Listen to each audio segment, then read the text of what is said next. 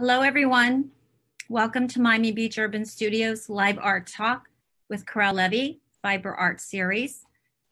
My name is Colette Mello, and I will be moderating today's conversations with Karelle. FIU Miami Beach Urban Studios, known as MBUS, is an incubator for the arts, architecture, music, design, and communication. I'd like to thank Miami Beach Department of Tourism and Office of Cultural Affairs for sponsoring these talks and for their continued support during these uncertain times. The format of this salon will start with Karelle giving a presentation about her work. Then Karelle and I will share a conversation. Then we'll open up the room for questions through the chat function. Please submit your questions through chat to me, Colette Mello, and I will include them in the Q&A. Karelle Levy, also known as Karelle, is a Miami-based artist, performer, and fashion designer that founded KRELwear. Now I'll hand over the screen to Karelle. Thank you, Karelle, for joining us this evening. Hi, thanks for having me. You're welcome. So I look forward to your talk today. Yeah, it should be fun. It's a little bit of bits of everything. Of a bunch of different things happened in my past and some of what's happening now. Great. Should I get started with my slideshow? Yeah, go ahead and share your screen. Sorry. That's okay. Okay, so here's my slideshow. Oops. Yeah, here we go. So as you can see, I'm a bit of a hoarder of yarn. I'm fascinated with making fabric, and the beginning of making fabric is having the materials to make it, and everything that I've been making is made with yarn. Like all of the things that you saw earlier behind me, it's part of my collection. So let's see. So Karelle, you're in your studio right now, correct? I am. Okay, so that's your real space where you work. This is where I work. And so here, let's see. Oh, why is this? Okay, so I'm also a performance artist. So I grew up as, I grew up in Miami. I grew up with a loom in my basement. And two things you don't really hear often is a basement and a loom. So I grew up with my mom, who's from Sweden, who had the loom in the basement. So I became like fascinated with how to use a loom at an early age. And so I started doing needle points and all kinds of things really early on, but I also started doing dance when I was younger and as an activity. And I knew I wasn't going to be a prima ballerina, but I loved to dance. So it always became part of my objective is something that you can wear while dancing. So it kind of all goes hand in hand. As a performance artist, I like playing with the idea of the concept of performance and what that means to people. This was a performance art piece that was in Fort Lauderdale at the 1310 Gallery for a show called Fiber Optics. And it was in an elevator, and it was called What Goes Up and Must Come Down. And as the night continued, I just stayed in the elevator along with my piece, and I would just ask people, you know, what floor would you like to go to? In the beginning, it was this interesting dichotomy of just standing there and seeing how people would react. And then as the night progressed, it was more fun to interact with them. Some people got into it and some people were a little bit more freaked out, but it was just a real fun experiment to be able to camouflage myself with the piece. This is actually a product of a thing called Quickie Couture. In 2008, we had the economic crisis, and I went from being a fashion designer going to my collection was bought by over 40 boutiques, and at a certain point the number of boutiques that were purchasing became a lot less, and I ended up with a lot of fabric. And so out of this fabric, I started making clothing for whoever wanted something. I decided that I can make it really fast. My first piece was a 20-minute sweater. And as the pieces continued, I'd have all these scraps of fabric. So for me as an artist, my fabric is my artwork. And so it's really hard to throw all this fabric away that I've been making and spent so much time doing. And as I accumulated it, I found different ways of using it. And so this was a byproduct of Quickie Couture. And so all the scraps that you see that are on the costumes are scraps from those pieces made on people, as well as the piece behind. So this fabric has been morphed into various things. It covered a big, like a RV in the back, became a shade. The piece traveled the world. I did this project in Iceland, Berlin, Costa Rica, and if you see on the right, it was also curated into scope a number of times. So I was able to do it as an art installation at an art fair. And this was, it had 6 different installations, and every installation was completely different. So they were all site specific. And these are some of the examples of pieces that were made. What was really fun about this project is that it was a collaboration between me and the wearer. So because I did it in front of the public, it became a performance art piece, but it also took in the fact that they had all these textiles that I had originally made. So it's original textiles. And also everyone has their things that they like to wear and not wear. And as a fashion designer, I've heard so many times, oh, could you make it a little longer? Could you make it a little shorter? And most of my clothes that I make are women's wear. And in the end, what I realized were that a lot of my guy friends were getting a little jealous and they wanted some things too. So I decided that this was a really good project to be able to make a lot of menswear and have them tell me what to do. So for me, in my mind, my job is already done. I made the fabric, and installing it and giving it a purpose was like a performative piece.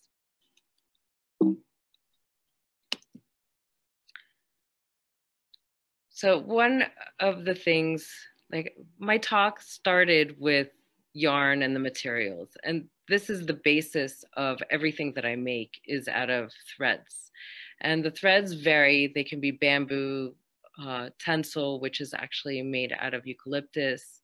But during the same time of the Quickie Couture, I realized that if I wasn't going to make sales to boutiques, then I didn't have to conform to making production, which meant that I could make all one-of-a-kind pieces. And I had a hand loom, and I started playing around with this idea of, you know, let's see if black lights react to any of the yarns that I had. Then I realized so many things with wool react, but we're in Miami and wool doesn't really count for much. So what I ended up doing is creating an entire collection that the materials reacted to lights. They reacted to black light, and they also glowed in the dark, complete dark. So I had a number of performances. And another aspect of the inspiration behind this is Miami. Miami is an amazing city, but what we're known for the most is nightclubs and having a good time. So if it's not the beaches, then it's the nightlife. And I was really active when I was 10 years ago. I was very active in nightclubs because as an artist working by myself, my social life turned into nightlife. I have a little video. Oh, so this is an idea of how it reacts in black light.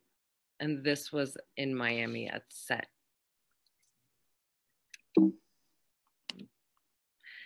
And using the same yarns, I was commissioned to make a piece out of Lurex material. It's a company based out of England. And I was working on something that was going to happen during Art Basel. Unfortunately, some of these things get canceled, but it was an amazing project that I ended up transferring and being able to use it for other things. Like, I love the fact that I can take a sculpture and make it site specific and move it wherever it needs to go. So this was at the Gusman Theater in downtown, and it was the backdrop for Chromatic during that same Art Basel weekend. Another project is the Interknit, and this is a piece that has been in 5 different places. And as the pieces move and take over other spaces, stitches are added to it. The whole concept behind this piece is that it's a constantly growing piece. I host a night called Stitch and Bitch. And that night, it's once a month at the Freehand.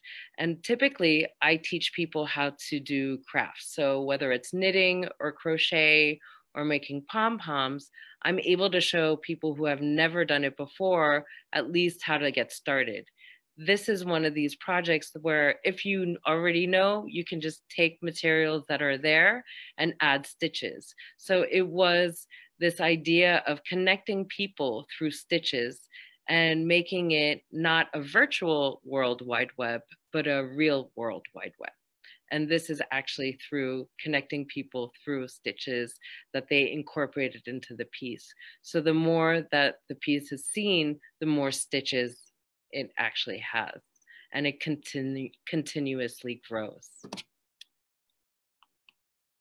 This is a little bit of a scene of Stitch and Bitch as well. So as you can see, most of my pieces and most of my projects rely on a lot of people. And right now it's really interesting because all of these things that we're so used to getting together no longer exist. And so I'm thinking about how do we make this happen in the future, and how do we bring this that is so personable and so connected realistically, and how do I figure out how to make it a virtual event, and how do I make it a virtual thing? And it's very different because when I'm teaching people, I'm literally watching what they're doing and then telling them, no, this is not the right way, do it this way, move your needle this way, no, grab that. And it's a lot of pointing and directing on the spot, and it's kind of a difficult thing to do virtually. So let's see how it goes. I'm sure I'll be starting in the next month. One of the most amazing things about my career and my job, and just the fact that I am a knitter, is that I've been given these opportunities that have been incredible. I have friends and clients that will come to me specifically for things that they know that is a good fit. Like when the Pussy Hats happened and the Women's March happened in DC, it was a really monumental event for women and for our country, I believe. And the Pussy Hat, which are all these pink hats, were originally commissioned by a friend of mine. And because she was going with her daughter and her granddaughter, as you see in the photo. And it's incredible how these things make such a huge statement in being such a small thing. And I really find it a responsibility as an artist and as a designer to be able to take on these kinds of, I don't think that there's so much challenges, but as much as opportunities to get involved in things that matter.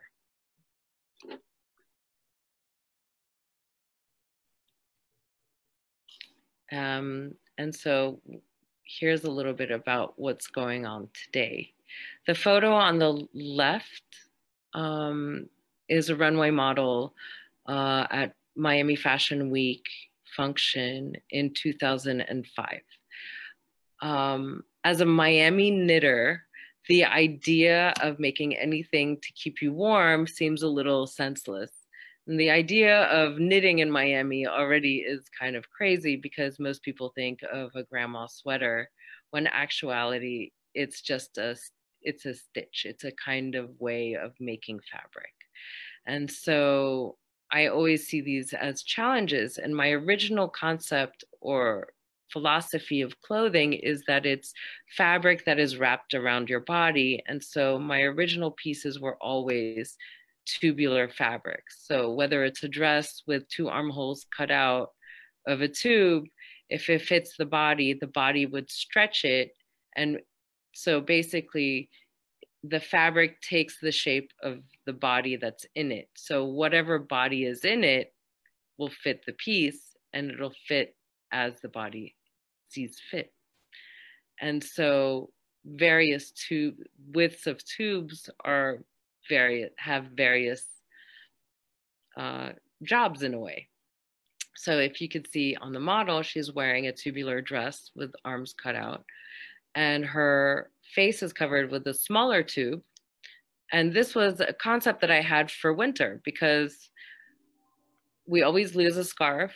And when it's really cold, because I was traveling a lot, you want to cover your face because it is so cold, and it kind of would shield you from cold wind. And then leg warmers. So these ideas of tubular things that would just kind of go around the bodies, around various areas of the body, was something that was interesting to me. And come to today, where we need to actually cover our faces when we're out in public, I find it really important to use as something that is necessary. I never thought that my knitwear would actually be something that we actually need to use. We actually need to do this every day. Pretty much by law, if we're in public, we need to cover our faces. And so when I saw that this was becoming such a major issue, and right as quarantine was happening, I started making these face tubes again. And right now, I guess I have a new, for me, it's still new, industrial knitting machine. And in the last 2 years, I started production again. And this was something that I was bringing back into the collection anyways, except that this current situation really sped up the need to do it. And I'm happy I can have this service. And part of the proceeds of my sales for this are actually I'm donating $10 per mask to give to a fundraiser for Tropical Chinese restaurant. And they're donating food every day pretty much to local hospitals working with frontliners. So I'm happy that I have something that people need, but I also realize that there are a lot of people who need a lot of help and support during this crisis that we're going through. And so here's an example of a bunch of the masks that have been sent out. I made various sizes, and if you see in the middle here, my friend actually has put panty liners to use as filters, because especially in the beginning of when this was happening, people were really worried about having filters. And my longer version that has elastic at the top, but it's long enough to fold on top of itself. So then you're able to actually put something in between it. If you feel like you really need a lot more protection, then you can actually put a layer in between. But if you're going to be outside or, in places where it's not as, or you don't feel as dangerous, or like you don't need to be as covered, but just to at least have respect for others and cover your face, I think that the other, just the masks in general is a great idea. And let's see. So this is what they're donating, and they've been going to all the hospitals all over Miami-Dade County, and it's been great to see how I can help my community, even in small ways. Every little thing I believe helps. So as I was saying, I have an industrial knitting machine, and I pretty much have the only one like this in Miami-Dade County. And yeah, I think I'm the only one, but I also am using this in a very unique way because for the most part, I make to order. So I work with boutiques and I work with private clients, and I program the computer. So you see on the left that there's like a bunch of curly cues, green and red stripes. And this is how I program a pattern. This is just a stitch really, and it's part of a detail of a larger piece. And it's taken me about a year to get comfortable with it. And every time I work with it, it's a lot more comfortable. And I'm still completely a novice at working with this machine, but it's really amazing. And I'm really thankful that I have it. And what's amazing is that anyone can go on my website, find anything that they like, and actually custom order something. Let's say they see something that they like, but then they don't like the color, then I can actually make them in the specific color that they like. And so now I'm using this also as making canvases for artworks. So installations are now being made on this industrial knitting machine, and I'm using the hand techniques that I used before as techniques here. So I can stop the machine and restart it, change colors, and really play with it and have a hand manipulation within it, just as if I was on my hand knitting machine, except that it's a button rather than my physicality moving a carriage.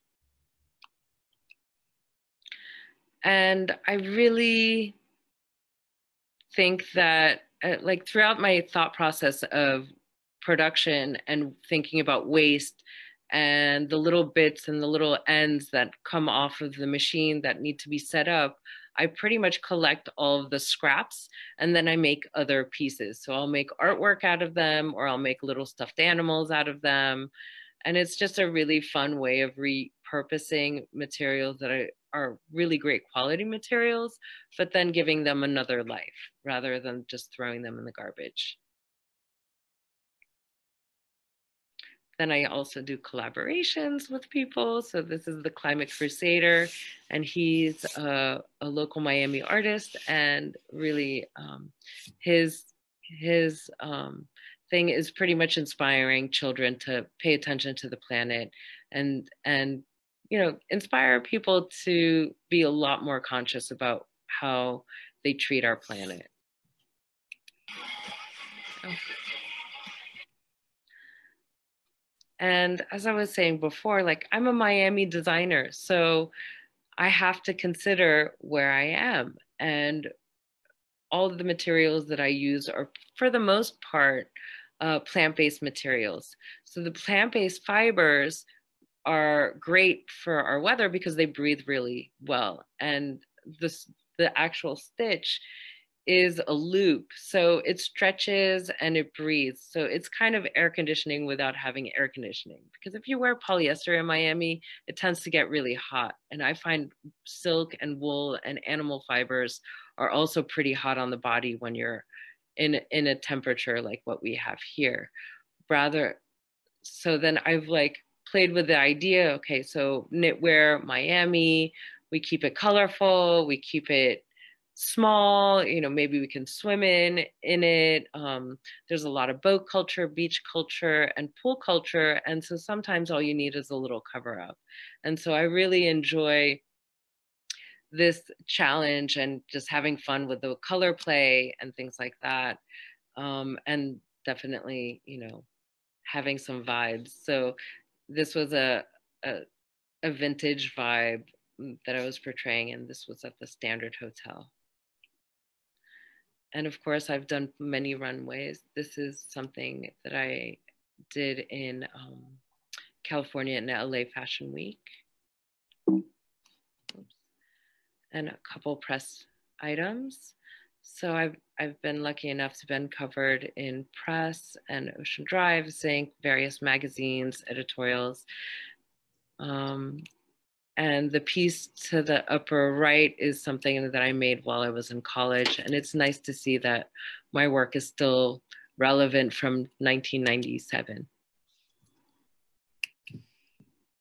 And here's a couple of celebrities. So Trina, Nicki Minaj, Alanis Morissette. This is another piece. So my background is textiles, and I studied textiles at Rhode Island School of Design. But I was originally a weaver, and I thought that I would weave forever.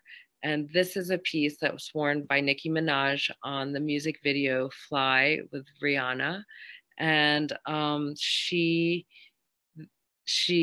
fell in love with this piece, and it's such an honor. But this was 15 years after I made it, because I made this piece originally in college, and it took me about a month to make. And I've always had this fascination with the idea of functionality and finding a purpose for whatever it was that I made. And I think that when I was in school early on in textile design, I realized that I wanted to make fabric that was useful. And the most useful fabric is fashion. And so that's how I got into costume design, and then also into fashion design. In the beginning, I started making things that really people couldn't wear out on the street. And as time went on, I needed a lot of outfits to go out.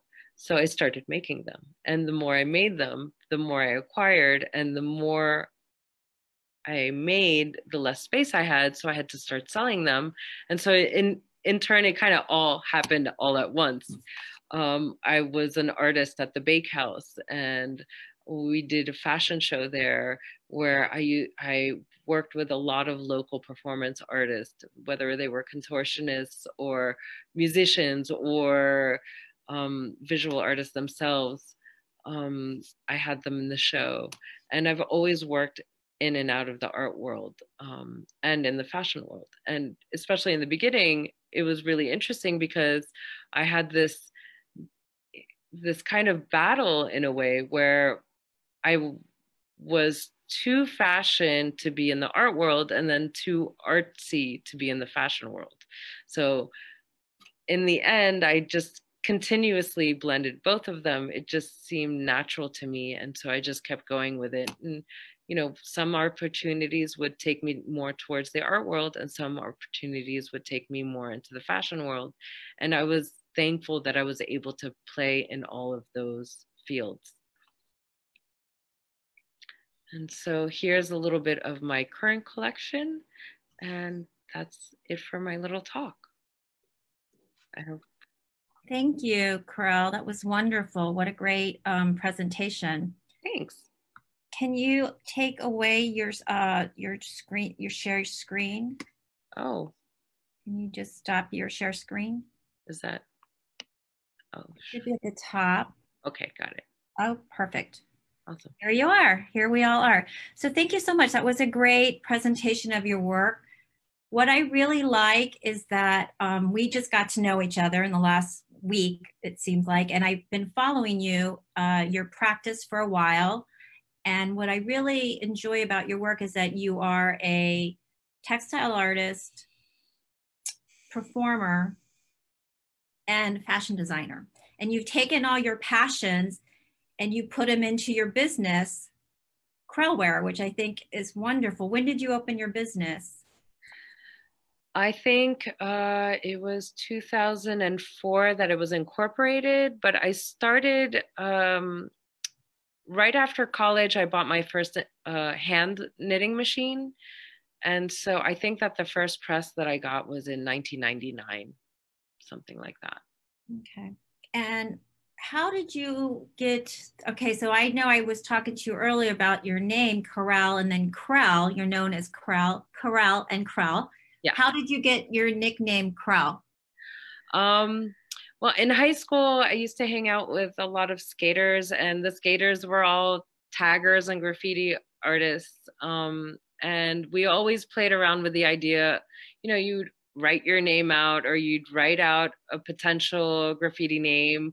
And we were all a bunch of kids running around town. And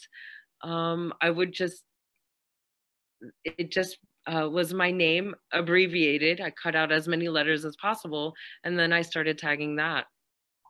So it was my original tag, which is now in my tagging clothing. And so that was like how many, you don't have to give me your age, but like a while back. And you were in Miami when you were doing your graffiti. Yeah, I was in high school. Okay. I was in high school. It was like in the late 90s. Okay. So when I was so I think it's very early 90s. Okay, you don't have to say exactly. So what I love about your practice, I love that you have a social practice. For example, you were talking about you were making the pussy mask right after the election, or the Women's March in DC, and then there was a march in Bayside, and you were donating the funds to a charity, right? Yes, Planned Parenthood. Yeah. And then the same thing with what you're doing now. Again, we're in another situation where you're making masks and you're donating money to a good cause for the front line. So how do you feel about being an artist, how it is to be active in that community? Do you think I know you must think it is important, but how about other people? Are you willing to, do you think everyone should be that way, or you're okay with people not being involved? I think it's a personal choice, to be honest. I think that I'm in a position where I can, and when I find the opportunity and I feel like I can help, I help. And just the same, like if I couldn't help, I wouldn't help. And I don't think that there's a right way or a wrong way to feel about it. I think as an artist, this is a really interesting time because artists really enjoy their privacy and their solitude for the most part, because this is the time where they can be the most creative. I kind of joke around that the moment I walk into my studio, I've entered the zone, and I pretty much, for the most part, turn off my phone or put it on silent so I can get as much work done as possible, because it's a very creative atmosphere. And I think that if someone can, they should. If they can't, then it's okay if they don't. And I'm so happy to see that in our community, everyone who has a sewing machine or knows how to sew has taken it upon themselves to make masks and donate them or have them available for sale for other people. Because the moment that this crisis started happening, there was a shortage of masks to the hospital workers, and they needed them more than anyone else.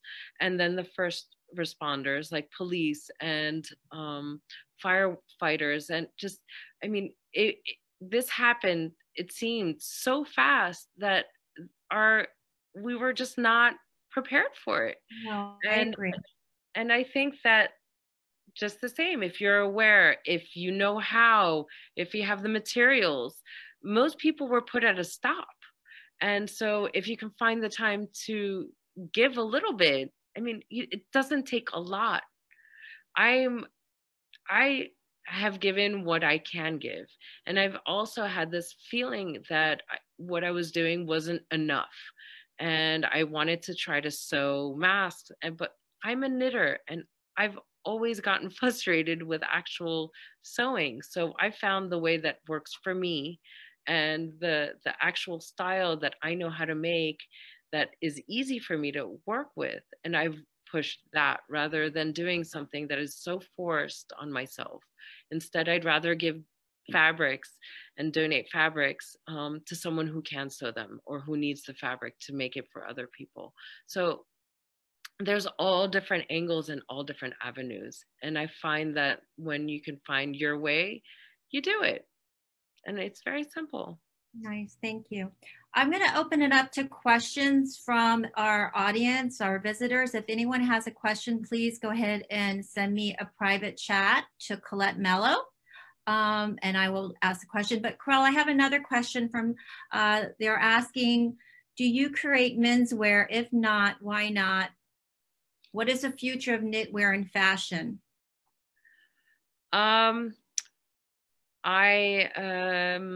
I have some styles that work for men and for women. So they've been sold to both men and women. Because my theory is basically tubes and flat pieces, they tend to drape over any body type. So I have some styles that are definitely unisex. Unfortunately, I haven't put it that way on my website, but I plan to. This is one of those times in my life where I actually can work on my website and get all those things more, try to connect with people more online these days than in person. I'm used to doing a lot of pop-ups and face-to-face meetings. And so this is really changing the way things are working out. But there will be more for men, just slowly. So you were, when we were talking, you mentioned that you were able to go to your studio to work because it was your private space. So you were able to do that versus some artists I've heard that. And do you do anything at home as well? Do you have a studio at home or? So this, the quarantine happened at the same time that I had to move from my apartment into a new house. So I've been really, really busy because I wasn't able to hire a mover. I wasn't able to get anyone to help at all. We couldn't even get our friends to help. So my boyfriend and I tried to go on off hours because I moved from a condo. We really didn't want to have, we didn't want to see people. We didn't want to be in close proximity to people because of this quarantine. So I would come into my studio and I would knit a bunch of things and then I would pack up, and I packed my sewing machine and all the things that I could finish, I would finish at my house. And so I brought a sewing I made one of the rooms into a sewing station and a mini studio. And now now everything's out of that room and back into my shop. I have a studio / atelier boutique in Ironside. And I'm fortunate enough that I have a roll down window and no one can enter pretty much other than me and my assistant. Well, so it's just been me for the last like 2 months. Well, I think when you were moving in the middle of a pandemic, that you just added an extra layer of stress that I can't imagine how you were working, trying to run your business. So I'm like, wow, it's amazing. I have another question. What artists do you admire or follow? There's quite a few, and they always change. Oleg is a peer. She's a crochet artist, and she's been doing amazing and activations all over the world, working with refugee women, making incredible projects as well. She's amazing artist. I'm terrible with names. So there's Olaf Ellison, I believe, and I just saw his work in Switzerland, and he deals with a lot of just environmental issues through his work, but also playing with light and just optical illusions and things like that are really fascinating. There was, who was the artist that was just at the BAS, the textile artist? She did amazing, amazing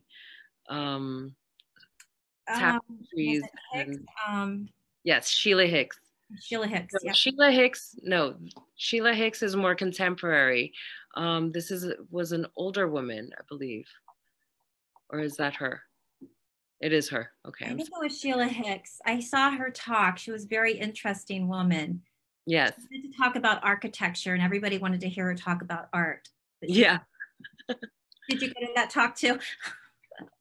I believe it. No, unfortunately, I didn't have the pleasure. So I have room for one more question. So we have a question, which I think is a great question. What would be your dream commission? Oh, I don't know. I never really think about those things. I've always been so busy just doing the pieces that I was doing. I think something, a really large tapestry in something that, like a museum for women, or some. That sounds nice. Yeah. Like that, or an institution. Because I'm really for women's rights and for women's causes. I think it's really important. I find myself, when I travel, that we're extremely lucky to live in Miami-Dade County, where women are free to be as they want to be. You know, we can be sexy if we want, we can be conservative if we want. And I think that's really a great freedom, because a lot of places in the world don't have that. And I think commission work that would relate to that would be incredible. I think that's a great idea for a dream commission, and we need that. So I hope that happens for you. Maybe we can make that happen for you. You never know. So something to think about. So I just want to say thank you very much for a wonderful presentation. It was so great to get to know you and to hear about your practice. I am going to take everyone off mute for a minute so they can all give you a virtual applause.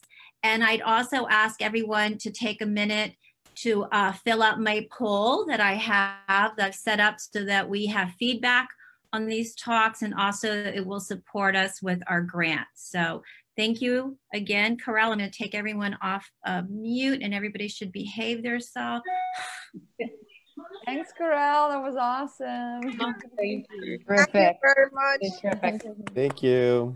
That was really fun. Bye. Thank you. I'm going to go ahead and submit the poll for everyone to fill out. If you don't mind, that will help us with our grants. So please take a moment to fill it out.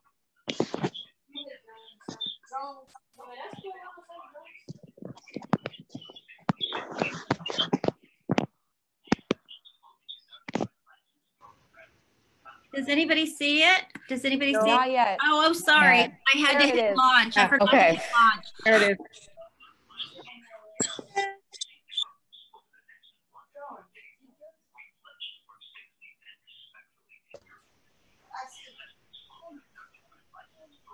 So Karelle, I look forward to meeting you face to face sometime in the hopefully the near future. We'll find out. Yeah, I'm doing private appointments at my studio, and of course everyone can go on my website, KRELwear.com. Good. We did post that on our chat line, so everybody can see that, where your email address, or not your email, your website, so people can go on to that. So. Thanks. Awesome. And again, thank you everyone for coming to this art talk. We will have another, oh, you have your mask on, wonderful. Everybody should wear their masks. Please wear your mask. So we have another art talk next Monday on June 1st at 5:30 with Maria Teresa Barbis. So I hope to see you all then as well. I think it's Wednesday. So I think it's Wednesday. No, it's Monday. Oh, it's Monday. Okay, I it's changed Monday. it. Sorry, Okay, Jen. Maria's here. You're right. Okay, There's good. Maria. See Maria? Hi, Maria. Thank you for coming. It's You're good to see you welcome. all. Bye. See you Hey, on Sterling. Monday. Bye, everyone. Bye-bye. Thank you so Thank you. much. Bye, Sterling. Bye, Sterling. Thanks, Colette. Thank you, Maria. Colette. Thank you, Great Colette. job. We'll talk soon. Thank you. All right. Yes. See you. Bye, everyone. Bye. Thank you. Bye. Bye, Susan. Bye.